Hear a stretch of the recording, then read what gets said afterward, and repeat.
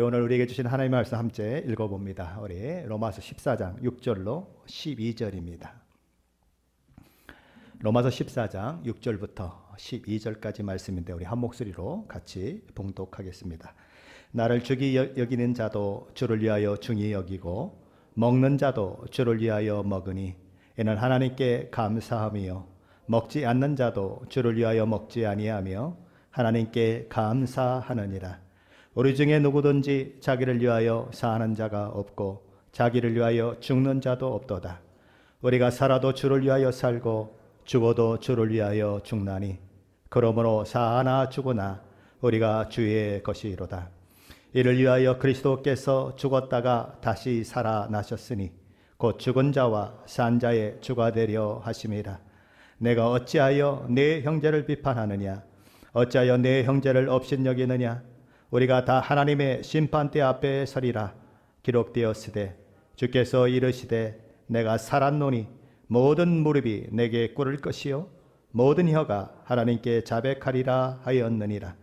이러므로 우리 각 사람이 자기 일을 하나님께 직고하리라. 아멘. 유대 종교 지도자들이 우리 주님을 체포하여 로마의 빌라도 총독에게 넘겨 십자가에 달려 돌아가시게 만든 가장 큰 이유 중에 하나는 우리 주님이 본인 자신을 하나님과 동등한 분으로 이야기했기 때문에 그 죄를 신성 모독죄에 해당한다라고 생각을 했고 그래서 사형에 처해져야 한다라고 그들은 결론을 내렸기 때문이죠. 다른 하나는 우리 주님이 안식일을 범했기 때문에 죽여야 한다라고 생각했습니다. 십계명 중에 제4계명이 안식일을 기억하여 거룩하게 지키라고 하는 말씀인데 우리 주님은 종종 안식일에 병자를 고치기도 하고 또 귀신을 쫓아내기도 하고 그런 일들을 하셨습니다.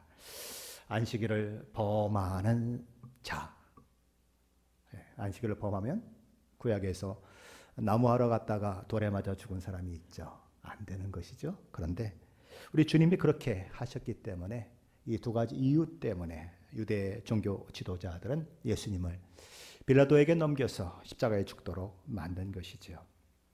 안식일, 주일, 뭐가 다른 걸까요? 우리는 안식일을 지키는 게 맞는 걸까요? 아니면 주일을 지키는 게 맞는 걸까요? 오늘날도 크리스천들 중에는 십계명 중에 네 번째 계명이 안식일을 기억하여 거룩하게 지키라라고 말씀하고 있는데 안식일을 지키는 것이 맞지 않습니까? 라고 이야기하는 분들이 있어요.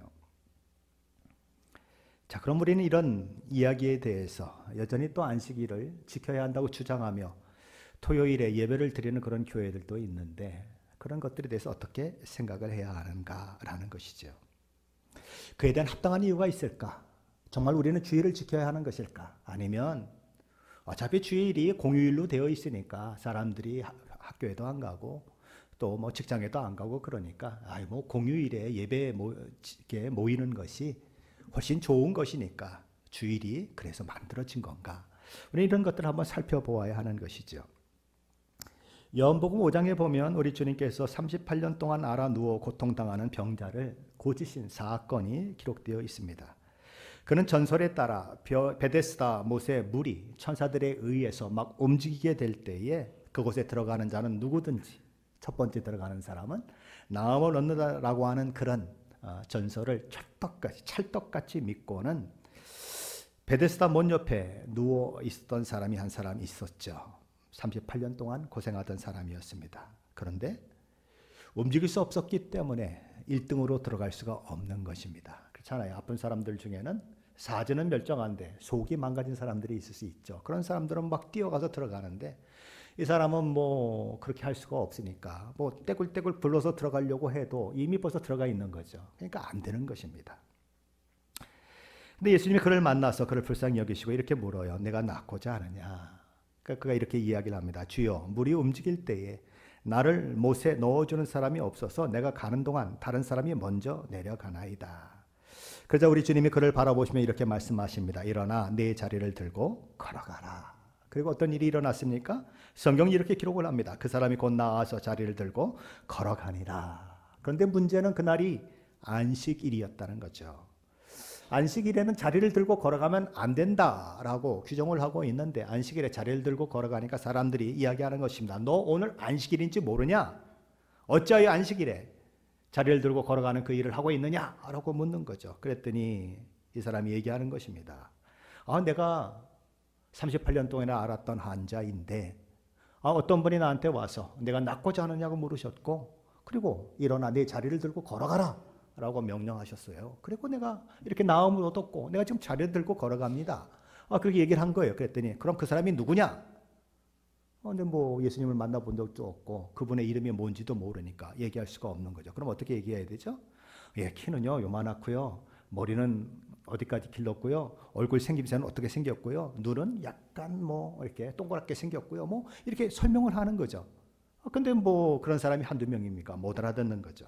그래서 사람들이 말하는 것입니다. 그러면 나중에 너를 고친 사람이 누군지 알게 되면 우리한테 얘기해라. 그렇게 된 거죠. 근데 어느 날 예수님이 이 나은 환자를 찾아오게 되는 것이죠.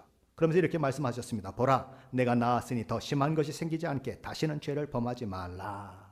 나음을 입은 사람이 드디어 자기를 고친 분이 예수님이라는 걸 알게 됐죠. 그래서 유대인들에게 뛰어가서 나를 고친 분은 예수님입니다라고 얘기했어요. 그런데 그 일로 인해서 예수님은 큰 곤란 가운데 처해지게 되는 거죠. 사람들은 예수님을 박해하기 시작합니다. 그래서 너는 어찌하여 안식일에 사람을 고쳤고 또 그 사람에게 이야기하기를 내 자리를 걸어가라고 함으로 인해서 그 사람까지도 안식일을 범하게 만들었느냐 따지는 거죠. 그랬더니 우리 주님이 이렇게 말씀하십니다. 내 아버지가 이제까지 일하시니 나도 일한다. 네 아버지가 누구냐? 성경에는 없어요.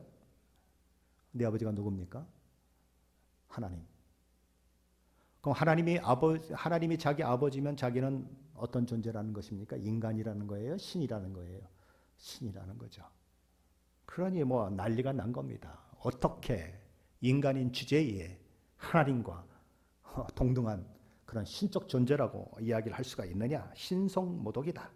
어떻게 자기를 신의 자리에 올릴 수 있느냐? 신성모독이다. 그래서 유대인들이 예수님을 더욱 죽이려고 혈안이 되었죠.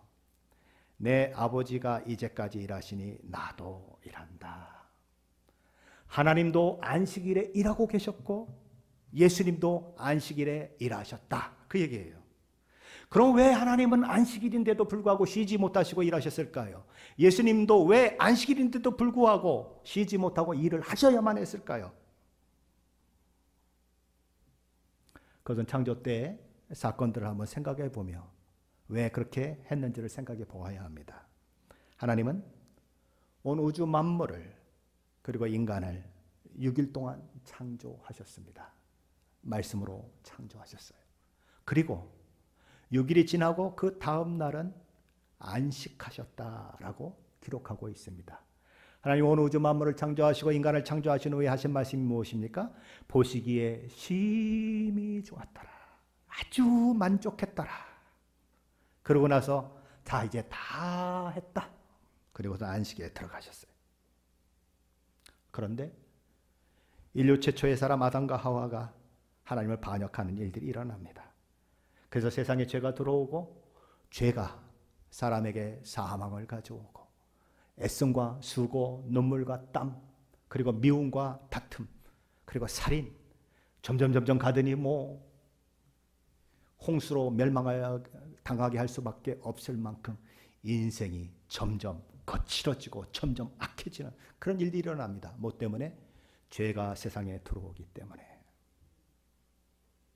바로 그 일이 있고 난 후에 우리 하나님은 쉬실 수가 없는 거예요.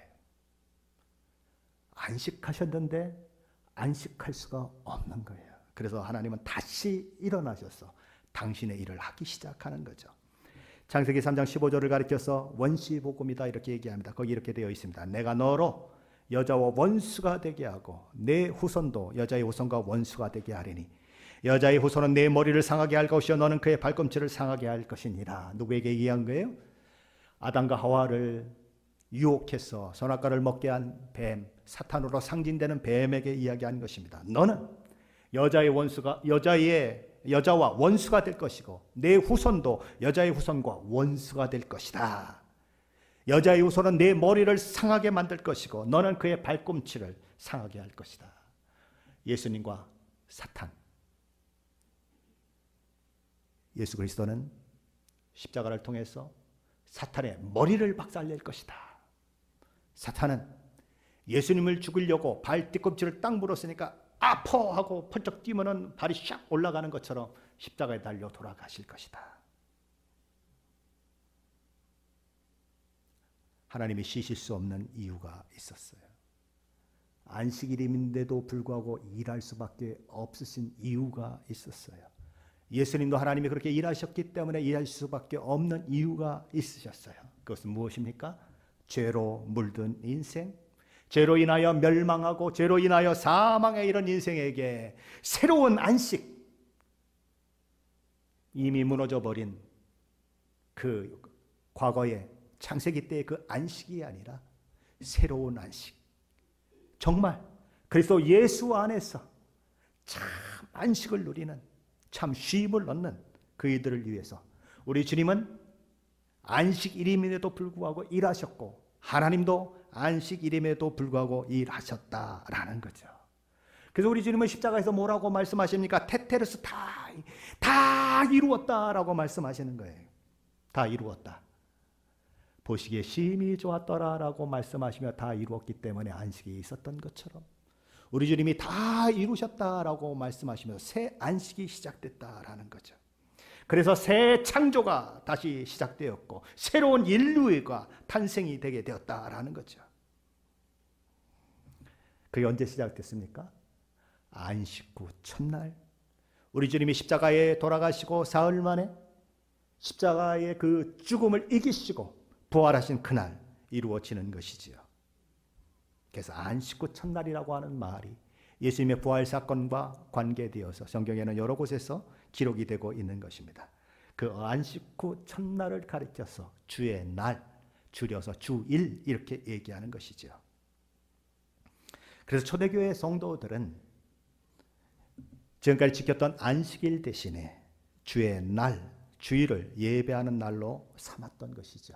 그날이 새로운 창조, 새 인류를 만들어낸 날, 하나님도 안식일인데 쉬지 않으시고 일하셨고 아들도 안식일인데도 쉬지 않고 일하실 만큼 이루고자 하셨던 하나님의 목적과 하나님의 뜻, 온 인류를 예수 그리스도의 십자가의 복음으로 구원하여 새로운 인생으로 만들어내는 그 일, 그 일이 드디어 십자가를 통해서 부활을 통해서 완료되었기 때문에 새 안식일이 우리에게 주어졌다라는 거죠. 그게 주일인 거예요. 사도행전 20장 7절에 보면 이런 말씀이 있습니다. 그 주간의 첫날에 우리가 떡을 떼려 하여 모였더니 바울이 이튿날 떠나고자 하여 그들에게 강론할세 말을 밤중까지 계속하며. 뭐라고 되어 있습니까? 그 주간의 첫날에 라고 되어 있어요. 안식 후 첫날을 얘기하는 것입니다. 그러면 초대교회 성도들이 언제 모였다는 것입니까? 주일날 모였다라는 거예요. 고린도전서 16장 2절은 이렇게 말씀합니다. 매주 첫날에 너희 각 사람이 수입에 따라 모아두어서 내가 갈 때 연보를 하지 않게 하라. 다른 사람들 돕는 일이 있었는데 준비하지 않고 있다가 사도 바울이 와가지고 우리 급하게 좀 헌금합시다 이래서 헌금하는 것이 아니고 매주 첫날에 너희가 모일 때에 연보해라 이렇게 얘기하고 있다는 거예요. 매주 첫날 언제? 안식일이에요? 주일이에요? 주일에. 초대교회 때부터 언제 예배하는 모임을 가졌는가? 주일에 했다는 거예요. 안식일에 모인 것이 아니고 새로운 안식일, 주일에 모였다. 초대교회가 예배드린 날은 한 주의 7째 날이 아니고 그 다음 날인 첫째 날이었다. 그래서 우리는 오늘 이 주일에 예배하고 있는 거예요. 찬송가 43장에 보면 왼쪽 꼭대기에 주일 이렇게 쓰여져 있습니다. 그런데 찬송가 가사는 이렇게 되어 있어요. 1절이죠. 즐겁게 안식한 날, 반갑고 좋은 날, 내 마음을 편케 하니 즐겁고 기쁜 날, 이날에 천하 만민 다 보좌 앞에서 참되신 삼위일체 다 찬송 부르네. 왼쪽에는 주일이라고 되어 있는데 가사는 즐겁게 안식할 날이라고 되어 있어요. 이게 무슨 얘기인지 매치가 되시죠? 앞에서 제가 얘기한 것과 연관되면 새 안식일이다. 언제가? 주일이. 그렇게 얘기하는 거예요. 새 안식일은, 주일은 반갑고 좋은 날입니다. 즐겁고 기쁜 날입니다. 왜냐하면 우리 주님께서 우리의 죄의 문제를 해결하시고 우리에게 영원한 생명을 허락하심으로 우리에게 참된 안식을 누리게 하신 날이기 때문입니다. 그렇게 하기 위해서 그 일을 계획하시고 작정하신 성부 하나님이 있죠. 그 일을 이루기 위해서 이 땅에 친히 인간의 몸을 입고 오셔서 십자가에 죽으시고 부활하신 우리 주님이 있죠. 그리고 그 사건이 다른 사람의 사건일 뿐만 아니라 내 사건이 되도록 나를 찾아오시고 내 마음을 두드리시고 나로 예수 믿게 하는데 결정적인 역할을 하신 성령 하나님의 역할이 있죠. 삼위일체 하나님이 이 모든 일들을 이루셔서 우리로 하여금 참된 안식을 누리게 하시고 이 주일에 예배하게 하실 것이죠. 그래서 우리는 오늘 이 주일에 모여서 하나님을 찬양하는 것입니다. 삼위일체 하나님 우리에게 참 안식을 주시기 위해서 십자가에 달려 죽으시고 부활하신 우리 주님, 또 그것을 계획하신 우리 하나님, 그리고 그것을 우리 것이 되게 하신 성령 하나님, 그분들의 은혜를 생각하며 우리는 이 참된 안식일, 새 안식일에 주일에 하나님을 높여드리고 찬양하는 것이지요. 그러므로 우리의 찬양의 대상은 오직 우리를 구원하셔서 참 안식을 주신 우리 주님뿐이다라고 우리는 고백하는 것입니다. 우리가 온 마음으로 높여드려야 할 뿐, 우리가 온 마음으로 순종해야 할 뿐, 오직 주님 한 분뿐이다. 내 삶의 주인은 하나님 한 분이시다라는 고백으로 우리는 살아가게 되는 것입니다.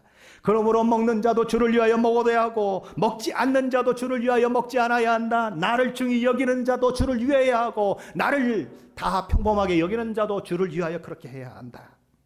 그렇게 얘기하는 것입니다. 먹든지 마시든지 무슨 일을 하든지 다 하나님의 영광을 위해 해야 한다라고 고린도전서 10장 31절은 말하는 것입니다. 하나님의 영광이 되느냐 그렇지 않느냐 하는 것이 내 자유, 내 권리, 내 주장, 내 관점보다 반드시 앞서야 한다는 거예요. 왜냐하면 우리는 우리 자신을 위해 지음받은 존재가 아니고 하나님의 영광을 위해 찬송을 하기 위해 지음받은 창조된 존재이기 때문이죠. 사도 바울은 신자의 삶은 바로 그래야 한다라고 하는 것을 강조하면서 7절, 8절 말씀을 하고 있는 거죠. 7절, 8절 말씀인데 한번 같이 읽어봅니다. 우리 중에 누구든지 자기를 위하여 사는 자가 없고 자기를 위하여 죽는 자도 없도다. 우리가 살아도 주를 위하여 살고 죽어도 주를 위하여 죽나니 그러므로 사나 죽으나 우리가 주의 것이로다. 아멘. 신자된 우리 중 어떤 사람 하나도 그가 정말 그리스도인이라면 이 세상에서 자기 자신의 목적을 위해 섬기지 말아야 하며 자기 자신의 의지를 내세우거나 자기 자신의 이해를 따라 살거나 자기 자신의 성향을 따라 살아서는 안 된다는 것입니다. 난 원래 그런 사람이에요. 나 성질 원래 그래요. 그거는요, 교회 바깥에서나 해야 하는 얘기예요. 그럴 수 없습니다.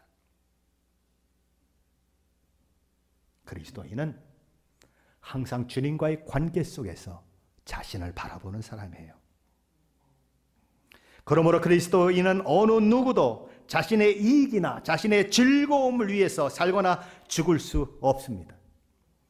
우리는 전적으로 하나님의 영광과 하나님을 찬송하기 위해서 살아야 하며 우리 자신을 위해 살지 말아야 한다는 거예요. 그리고 더 나아가서 신자에게 있어서 이 원리는 다만 사는 원리에만 적용되는 것이 아니라 죽는 원리에도 적용되어야 한다라는 것이 사도 바울의 이야기예요. 많은 그리스도인들이 내 생명은 하나님의 손에 있다라고 고백합니다. 그러나 죽는 것까지도 하나님의 손에 있다고 고백하는 데까지 이르지 못한 사람들이 종종 있습니다. 내가 언제 죽는가? 어떻게 죽는가? 어디에서 죽는가? 누가 결정하십니까? 하나님이 결정하십니다. 그리스도인은 그것까지도 하나님 앞에 내어드려야 한다는 거예요. 종종 자살로 생을 마감하는 그리스도인들이 있어요. 그러나 그리스도인은 자신의 죽음을 자기 자신이 결정할 권한이 전혀 없습니다. 진짜 없어요. 왜요? 우리는 주의 것이기 때문에 그래요. 그는 주님의 권한 아래에 있기 때문에 그래요. 18세기 감성적인 설교로 야외 집회를 통해서 큰 영적 부흥을 만들어낸 영국의 신학자의 부흥사인 조지 윗필드라고 하는 사람이 있습니다. 그분은 영국에서만 복음을 전한 것이 아니라 미국에서 복음을 전했고 수많은 사람들을 그리스도께 인도했던 아주 놀라운 사람이에요. 그가 나이 25살에 미국에 와서 윌리엄 테넌트라고 하는 그 가족을 방문하게 됐을 때에 있었던 일입니다. 이 테넌트는 그야말로 명문 가족 출신으로서 아주 신실한 크리스찬 가족이었죠. 그런데 그곳에서 저녁 식사를 하면서 25살에 불과했던 이 조지 윗필드가 자신이 경험했던 그 하나님과의 놀라운 그런 교제들, 그 하나님 나라에 대한 그런 여러 가지 환상들, 많은 것들을 생각하면서 그 저녁 먹는 자리에서 이런 얘기를 했습니다. 저는 지금 즉시 하늘 나라에 가서 주님과 함께 있고 싶은 소원이 있습니다. 하나님 나라가 너무 좋은 것을 아니까, 하나님 나라가 너무 행복한, 즐거운 그런 것인 줄 아니까, 그것이 자기가 사랑하는 우리 주 예수 그리스도께서 있는 곳인 줄 아니까 나는 지금 죽어서 천국 가는 게 정말 소원하는 바입니다라고 이야기했어요. 여러분들에게도 그런 소원이 있는 분들이 있으십니까? 그런데 이 테넌트는 그런 조지 윗필드를 엄청나게 꾸짖었습니다. 이복의 젊은이, 그대의 임무는 복음을 전파하는 것이지 그대가 언제 죽을지에 대해 관심 두는 것이 아닐세. 그 일에 대해 흥미를 가져서는 안 되는 것이네. 그저 주님을 섬기고 이 영광스러운 복음을 전파하며 이 특권을 누리는 일을 계속하면 되는 걸세. 이 다른 문제는 온전히 주님께 맡겨야 하네. 무슨 권리로 내가 여기에 지금 당장 가고 싶다, 거기에 지금 당장 가고 싶다라고 말할 수 있단 말인가? 주님이 그대에게 무엇을 하기 원하시는지 자네는 모르지 않는가? 무슨 권세로 자신의 소원을 주님의 마음과 생각 속에 집어넣는단 말인가? 권리 없다라는 거예요. 너는 오늘 죽겠다는 소원도 할 수 없는 사람이다. 왜? 하나님이 너에 대해서 뭔 계획을 가지고 계신지 아직 모르는데, 하나님께서 너를 통해서 뭘 이루고자 하시는지 모르는데, 네가 하나님의 것이라고 고백하고 네가 하나님이 나의 주인이라고 고백하면서 네 마음대로 네가 오늘 천국 가고 싶다고? 그게 말이 되냐? 이렇게 묻는 거예요. 그건 네 소관 아니다. 하나님의 소관이다. 하나님이 그 일을 하신다. 그럼 오늘 너는 뭘 해야 하느냐? 하나님이 주신 사명의 자리에서 복음을 전하는 그 일을 해야 하는 것이 너의 지금 할 일이지. 내가 오늘 죽고 싶습니다. 내가 오늘 천국 가고 싶습니다. 무슨 소리야? 네가 하나님이야? 이렇게 얘기하고 있는 거예요. 사도 바울의 이야기와 똑같죠. 우리 중에 누구든지 자기를 위하여 사는 자도 없고 자기를 위하여 죽는 자도 없도다. 우리는 죽음에 대해서 논할 권한이 없습니다. 그 문제는 궁극적으로 주님 손에 달려 있습니다. 어떤 상황, 어떤 처지에 있다고 하더라도 자기의 생애를 여기서 끝내고 싶다고 하는 생각을 가진다면 그것은 하나님의 자리에 내가 올라서는 교만이고 죄악입니다.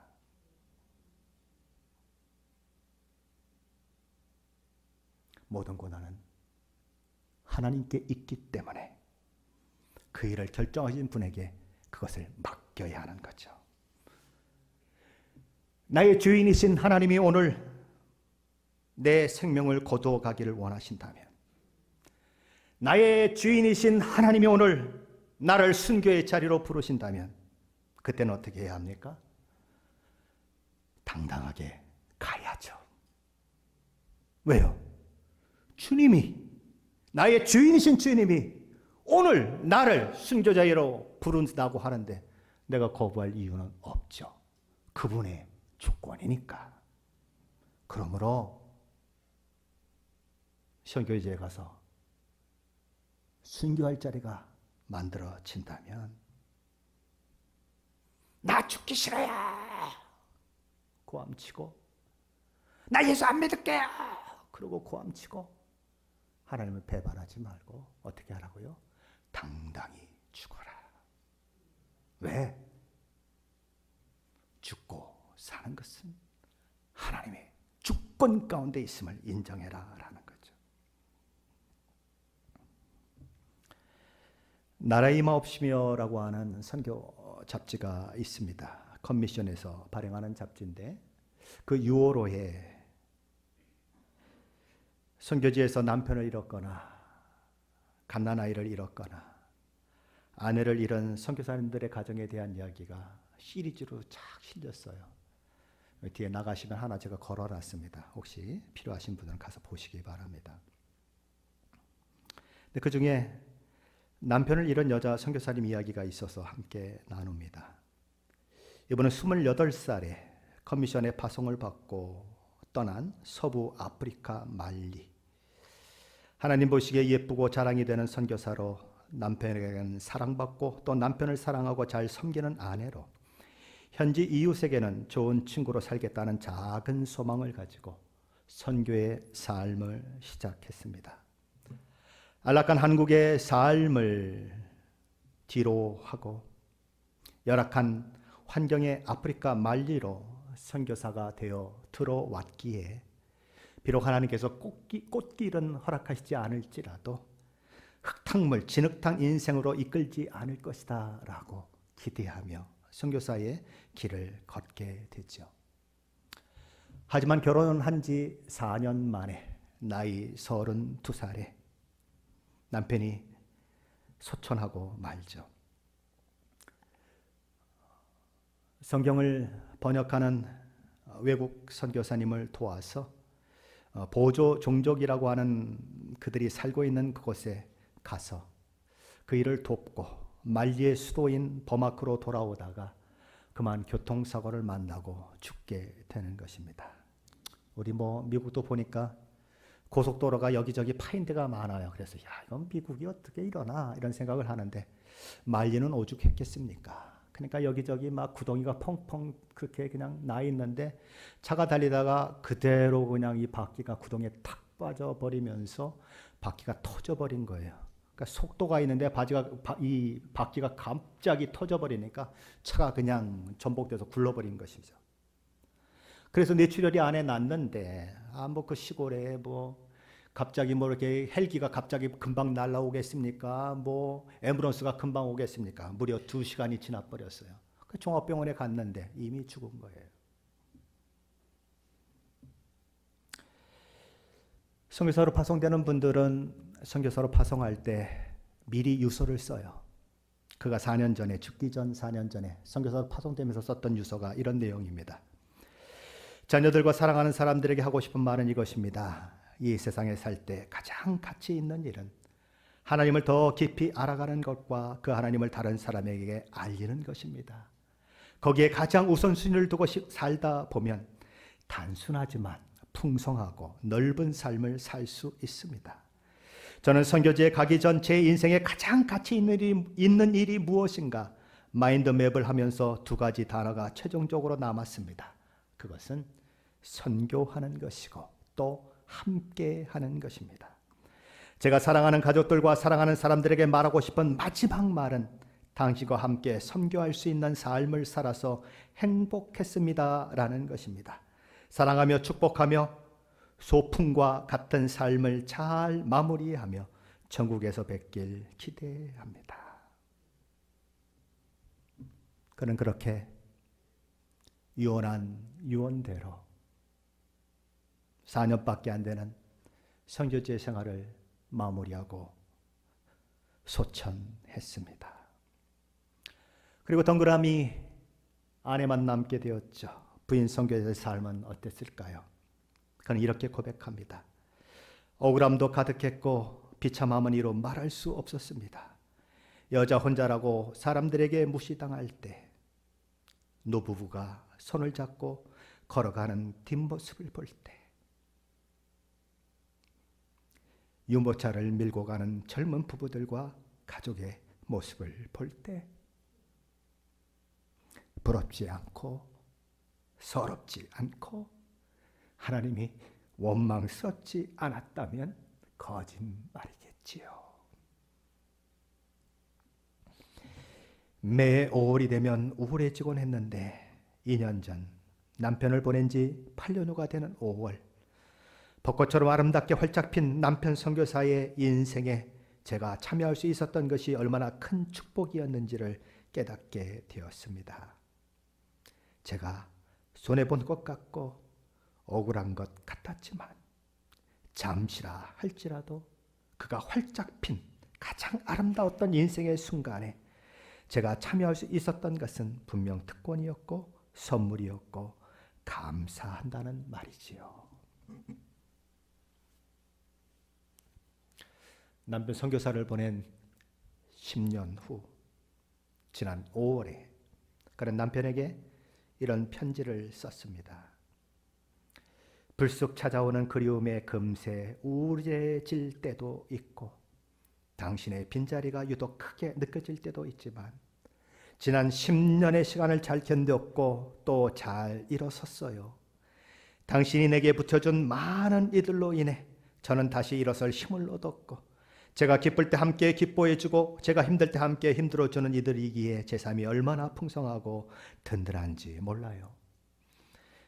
당신이 활짝 핀 이 땅에서의 가장 아름다웠던 인생 가운데 참여할 수 있어 참 감사했다고 말해주고 싶었어요. 험한 길을 걸어가는 것에 그다지 용감하지 못했고 낙심할 때도 많지만 그래도 저에게 주어진 이 땅에서의 시간을 주의 말씀을 붙잡고 감사함으로 잘 살아보려고 해요. 끝까지 이기는 자로 살아가도록 믿음의 여정을 마지막까지 잘 경주할 수 있도록 열심히 응원해 주세요. 주의 나라에서 다시 만날 그날을 기다리고 있을게요. 사는 것도 주님 손에 있습니다. 죽는 것도 주님 손에 있습니다. 사는 것을 내 마음대로 살 수 없듯이 죽는 것도 내 마음대로 죽을 수 없는 것이 저와 여러분입니다. 왜냐하면 우리는 우리 자신의 것이 아니라 우리 주님의 것이기 때문입니다.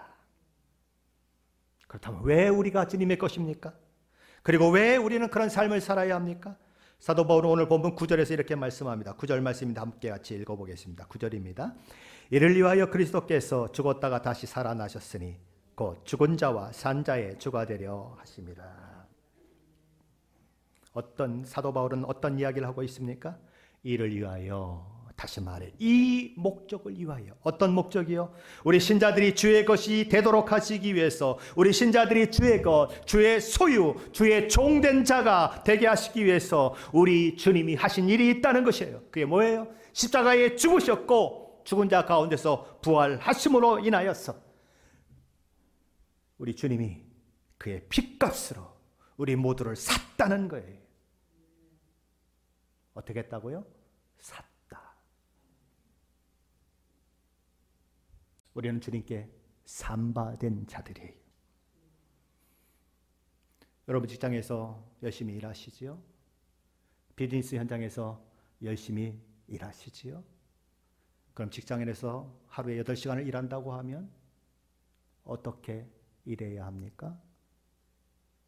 하루 종일 인터넷 뒤적거리고 친구한테 전화하고 그리고 뭐 노닥거리고 그럽니까? 그러면 그 다음날 잘려요. 뭐 해야 합니까? 회사를 위해서 일해야 합니다. 왜냐하면 회사는 돈을 주고 저와 여러분의 그 시간을 샀기 때문이에요. 그래서 우리는 회사에 나가면 회사 일을 열심히 하는 거예요. 왜요? 그래야 내 시간을 산 오너의 목적과 계획을 이룰 수 있기 때문에 그래요. 그것과 마찬가지예요. 저와 여러분도 하나님께서 사신 바 됐다니까요. 예수 그리스도의 피로 사셨다는 거예요. 그러니까 내 시간을, 내 삶을 누구를 위해서 살아야 하는가, 누구를 위해서 드려야 하는가 생각해야 한다는 거예요. 누구를 위해서? 예수 그리스도를 위해서 드려야 하고 예수 그리스도를 위하여서 살아야 한다는 거예요. 근데 자꾸 그걸 놓쳐요.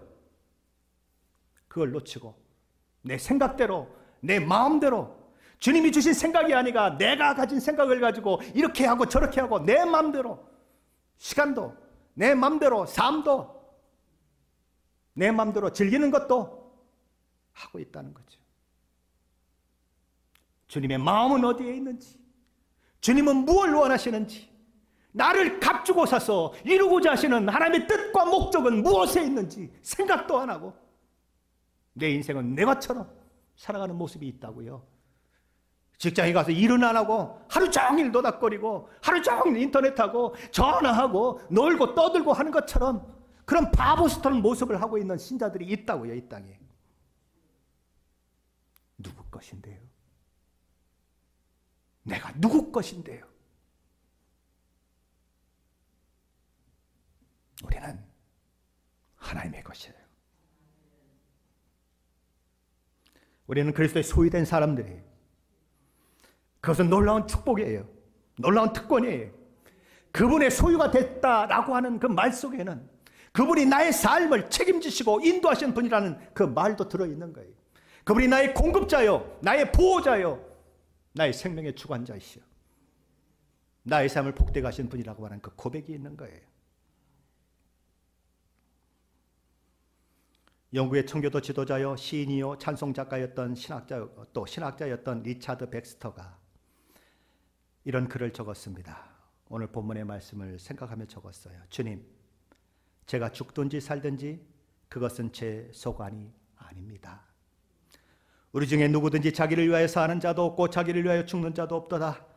주님을 사랑하고 섬기는 것이 제 몫이오니 주님 은혜로 그것을 허락하셔야 하겠습니다.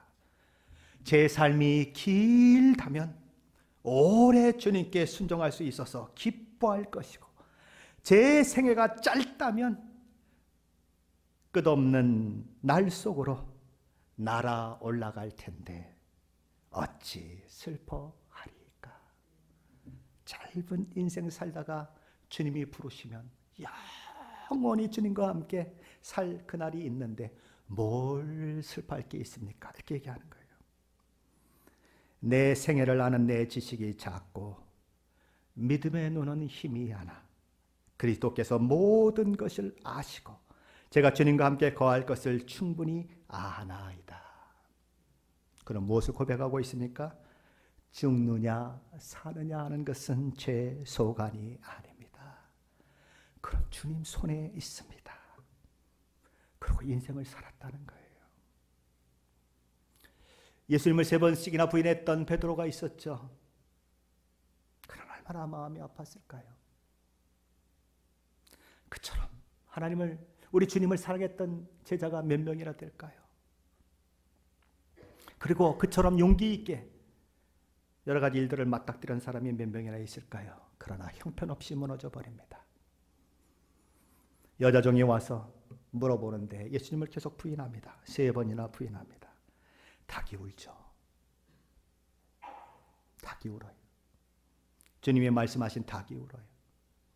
그는 나가서 통곡하죠. 그리고 어느 날 그는 갈릴리 바닷가에 고기 잡으러 가겠다고 나서고 몇 명의 제자들이 함께 나서죠. 그런데 그 현장을 예수님이 찾아오십니다. 그리고 베드로에게 물으셔요. 베드로야, 내가 이 모든 사람들보다 나를 더 사랑하느냐? 예, 내가 주님을 사랑합니다. 내 양을 먹여라. 내가 나를 사랑하느냐? 내가 나를 사랑하느냐? 2번 더 물으십니다. 내 양을 쳐라. 내 양을 먹여라. 그러면서 예수님이 베드로에게 말씀하십니다. 그의 죽음에 대해서 말씀하십니다.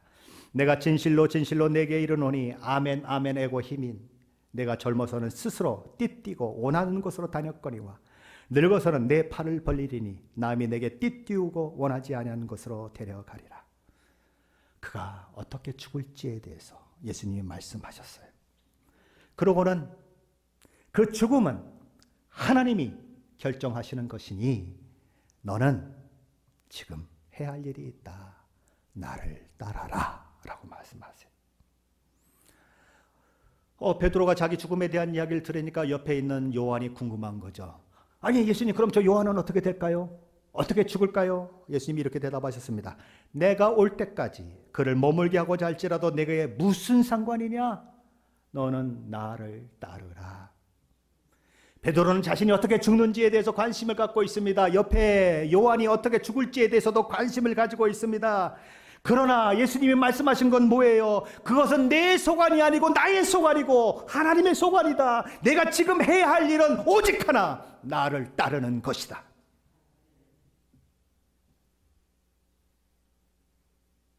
엉뚱한 데 관심 갖지 말고 지금 내가 해야 할 일에 충성 다해라. 사도 바울은 예수님을 전하다가 옥에 갇혔어요. 로마의 한 주택에 가택연금을 당한 상태에서 갇혀 있어요. 그때 빌립보서를 쓰게 됐는데 빌립보서 1장 20절로 24절에서 그는 이런 고백을 합니다. 나의 간절한 기대와 소망을 따라 아무 일에든지 부끄러워하지 아니하고 지금도 전과 같이 온전히 담대하여 살든지 죽든지 내 몸에서 그리스도가 존귀하게 되려 하려 하나니 이는 내게 사는 것이 그리스도니 죽는 것도 유익함이라. 그러나 만일 육신으로 사는 이것이 내 일의 열매일진데 무엇을 택해야 하는지 나는 알지 못하노라. 내가 그들 사이에 끼었으니 차라리 세상을 떠나서 그리스도와 함께 있는 것이 훨씬 더 좋은 일이라. 그렇게 하고 싶으나 내가 육신으로 있는 것이 너희를 위하여 더 유익하리라. 사람이 고난을 만나면, 사람이 어려운 상황에 처해지면 빨리 죽어 하나님 나라에 가고 싶은 것이 인지상정 아닙니까? 옥에 갇혀 있습니다. 모든 것이 답답합니다. 사도 바울도 그래서 하나님 앞에 가고 싶은 소망이 있다는 거죠. 그런데 하나님은 육신으로 사는 것이 네 열매다라고 말씀하신다는 거예요. 그래서 하늘나라를 가고 싶은 소망도 있고 하나님이 주신 사명도 있는데 어떻게 해야 할지를 잘 모르겠다는 거예요. 그러나 하나님 나라에 가서 하나님과 함께 있는 것이 훨씬 좋은 일이지만 내가 육신으로 여전히 이 고난 가운데 삶을 살아냄으로써 그리고 너희와 함께 동행함으로써 빌립보에 있는 너희들을 유익하게 하는 것이 하나님의 뜻이라면 나는 살겠다라고 고백하고 있는 거예요. 살든지 죽든지 하나님의 뜻이 자신의 삶 가운데 이루어지기를 원하는 그 마음을 가지고 있다는 거죠. 우리가 살아도 주를 위하여 살고 죽어도 주를 위하여 죽나니 그러므로 사나 죽으나 우리가 주의 것이로다. 사도 바울의 고백이 그래서 나오게 되는 것이죠. 내가 살아도 주를 위하여 살고 내가 죽어도 주를 위하여 죽노라. 아멘이십니까? 오늘 이 말씀을 아멘으로 받아서 오늘 내게 왜 하나님은 생명을 주셨는가? 왜 어떤 이는 32살밖에 되지 않았는데 선교지에 헌신해서 갔는데 남편을 데려가시고 나는 아직 40도 넘었는데 50도 넘었는데 60도 넘었는데 아니 70도 넘었는데 아니 80도 넘었는데 아니 90도 넘었는데 아내가 내 옆에 있고 남편이 내 옆에 있는가 생각하셔야 합니다. 사명이 있어요. 하나님의 기대가 있어요. 다른 거 신경 쓰지 말고 오늘 하루를 믿음으로 살아내라. 오늘 하루가 너의 날이야. 어떻게 죽고 싶어요? 몇 살까지 살고 싶어요? 건강하게 딱 죽을 때 5분 동안 고통당하다가 죽고 싶어요? 그래, 네 마음 내가 알지만 그것은 너의 소관 아니야. 내 소관이야. 네가 해야 할 오늘의 일은 나를 따르는 거야. 베드로가 어떻게 죽을까요? 요한이 어떻게 죽을까요? 상관하지 마. 네가 해야 할 일은 오늘 나를 따르는 거야. 우리 남편이, 사랑하는 남편이 언제 죽으면 어떡하죠? 걱정하지 마. 그건 하나님 손에 있는 거야. 나의 아내가, 그래, 그것도 하나님 손에 있는 거야. 네가 오늘 해야 할 일은 너의 역할을 하는 거야. 왜? 하나님이 너에게 생명을 주셨는지, 왜 너에게 시간을 주셨는지 그것을 알고 사는 거야 라고 말씀하는 거예요.